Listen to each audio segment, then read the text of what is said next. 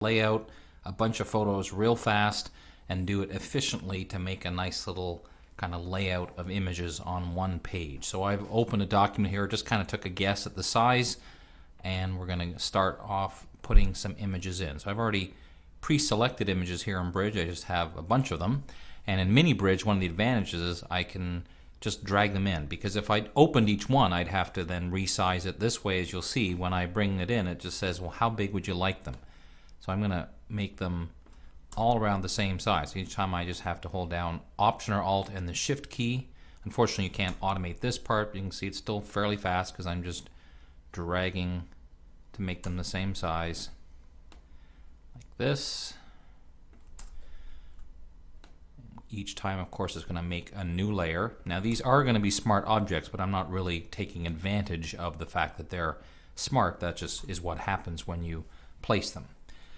All right, so now with this top one active, I'm going to take my marquee selection tool because I really want to turn each of these into a square. So I'm just going to hold down the Shift key and drag on this first one to say this is where I want this to be, and click on the Add a Mask button.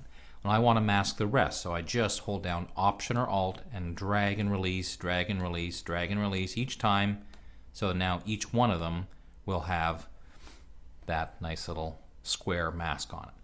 I want to select them all. So first one's already selected. Hold on the Shift key and click on the last layer. So select them all, because I want to now move them all up to the left-hand corner. And I think I want a free transform. Now you'll see it's still showing the handles around the whole thing, but I'm kind of just paying attention to the square and saying something like that seems to be about the right size for what I have in mind.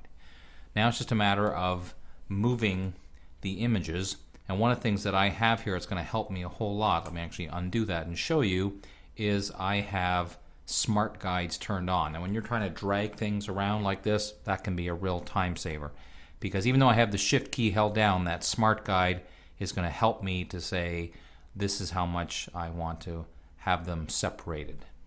Now I just go and drag down for the next one. And again, all I'm doing is clicking on the Layers panel and just kind of finding the layer. Here's a good example where Smart Guides is helping me because it's kind of lining things up. Now, even if they're not quite lined up, I'll give you a little trick in a second to deal with that. Now, in this case, it gets a little tricky because I actually want to have another photograph out here, but at the moment I do that, obviously I can't see anything. So right away I just go to the Image menu to Reveal All. Now it'll show where it is. So even though I didn't initially have enough space, this is a very quick way to make sure I end up with enough space.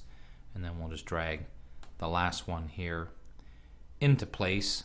Now I'm going to deliberately, in this case, be a little off. Ignore the Smart Guides just so we can see that there are some ways after the fact you can do it. So the only thing I don't like about this is it needs a little more canvas size because it's got right to the edge there.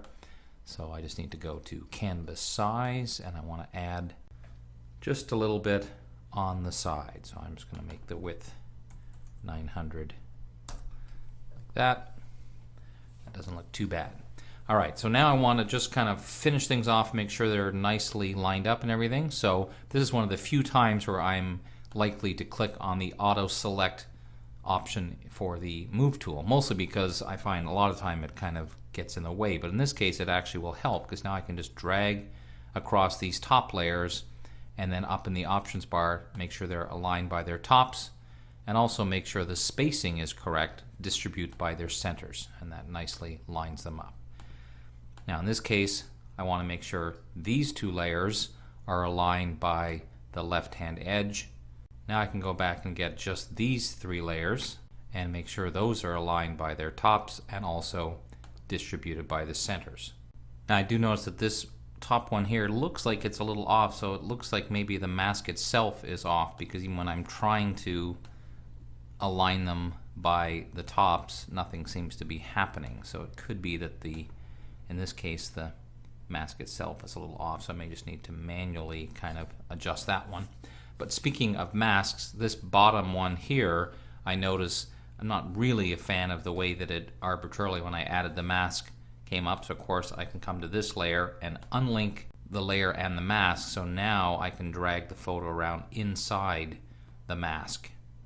Now, even though I started this off saying I wasn't going to do something with smart objects and templates, by default it kind of went that way because, as I mentioned earlier, when you drag and drop from Mini Bridge into a document, these are all smart objects, so if I needed to, I could go to any one of them, double click, and open the original file or replace it with another file. But that was really just kind of an added bonus because that happened automatically.